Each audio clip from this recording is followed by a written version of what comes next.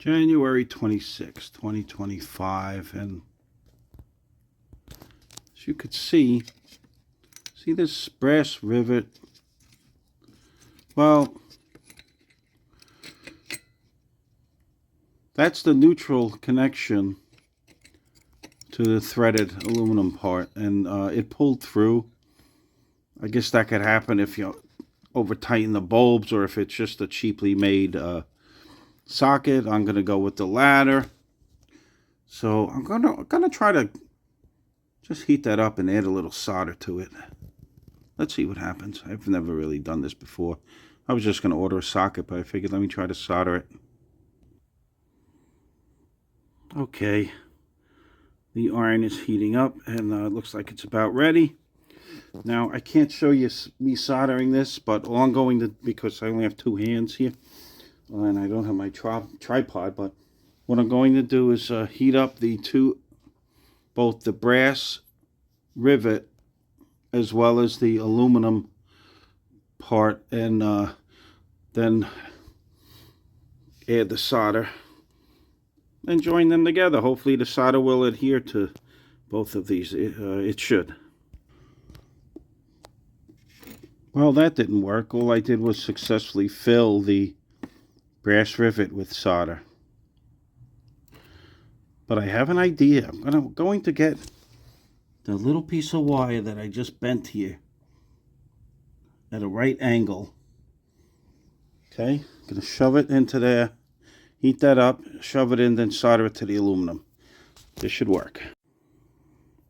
Okay, this is for experimental purposes only, ladies and gentlemen, so don't try this at home.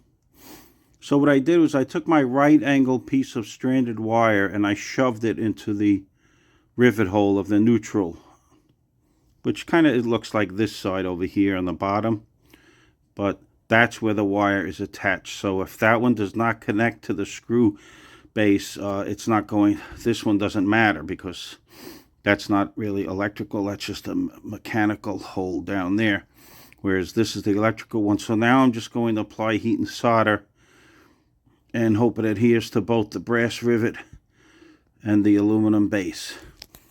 This way I can keep all this wiring here intact. Here, the lamp wiring.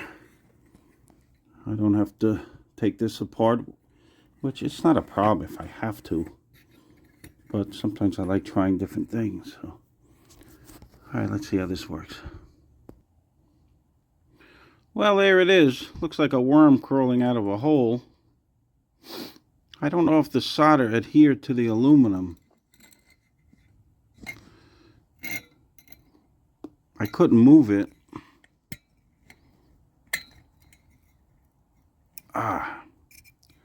Can't get my nail between the solder and the aluminum. So it might have adhered in some locations.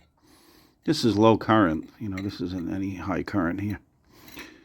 Okay, there you go. Just a temporary quick repair. And I would not use this in your home though, but can work in an emergency. Okay, bye.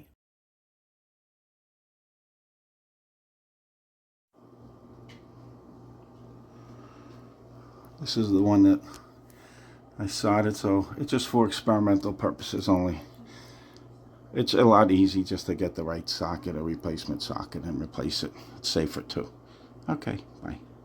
Have a great night.